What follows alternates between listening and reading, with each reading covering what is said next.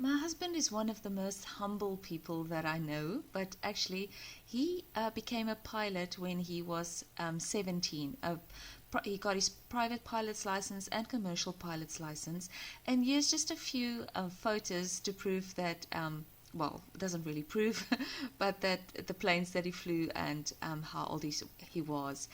Also, we had a microlight at one stage. Yeah, it didn't work out so well, so we don't have it anymore. So, with my husband turning 50, we surprised him and we took him for a flight. We had no idea that the pilot instructor that took him up for the flip, as we call it, was going to give him the reins. So he sat on the driver's side of the aeroplane, and yeah, I'm just showing you how they're doing the pre-tests on the aeroplane. And here Trevor is taxiing, but he didn't know he could follow the second line here. He took a very steep turn, but yeah, obviously taxiing around. Everything he said, I mean, it was nearly 30 years ago that he flew and got his license. And if you don't keep it up, it lapses. So that's what happened. So he has to go and have a medical done. And the instructor say most probably around about 20 hours of flying again. And then he would write a few exams, and his license would be up to date again. But that is very costly. It costs approximately 2,000 Rand an hour to rent a plane, and then for the instructor, 345 Rand an hour for instructor to be with you. So you can add that up. If you need 20 hours, you can see how much that worked out.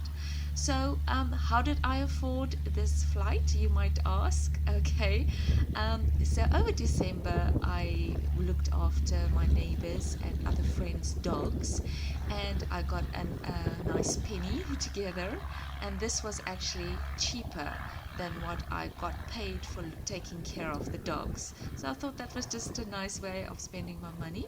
So as you can see, this takeoff was actually done by my husband.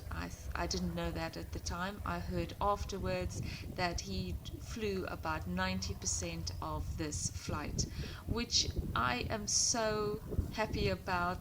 I can't thank the instructor enough for allowing my husband to do it. He was a natural. My husband is a very calm person, and he said everything just came back to him of what to do. I suppose in a way it's a little bit like riding a bicycle, but if you fall off this bicycle, you can get much more hurt than falling off a normal bicycle. I wouldn't know. So I was just tracing them taking off, and they took a very scenic route. They went to Franschhoek, Gordons Bay, and back to Stellenbosch. So this is the Stellenbosch airstrip. And then the only landing I showed, because two was done. The first landing, the instructor took over, and then they just landed quickly and took off again. And then the second time around, so the one I'm showing you now, is the landing that Trevor actually did himself. So I didn't know this from watching from the sidelines. I at one stage was going to go with, but because they only allowed one passenger, and because his license is not up to date, I couldn't go with. But I think it was nice that I could take some footage on the ground. And I mean, he said he was all over the place with this landing, but I didn't think so. To me, it looked like a very good landing. There was a bit of a crosswind and some wind, as you can hear with some of my footage that was there, and it looked great. So there's apparently in the middle there a nice looking helicopter. I didn't know till afterwards, Black Hawk or something like that. There was some other pilots that were very intrigued with that helicopter that landed here. A very tiny airstrip, and it was so just private. There was very few people there, etc.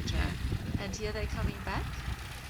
And you know what? When I take the video, the propeller doesn't show going as fast as it actually goes. I can't understand it. It's obviously the resolution or something that it doesn't pick up. But that propeller is actually going normal fast speed. And then they were waving at me. And now I'm leaving you courtesy of the Stellenbosch Club and the instructor that took my husband up there for footage from inside the aeroplane, taken on what do you call it, those cameras that's in the front.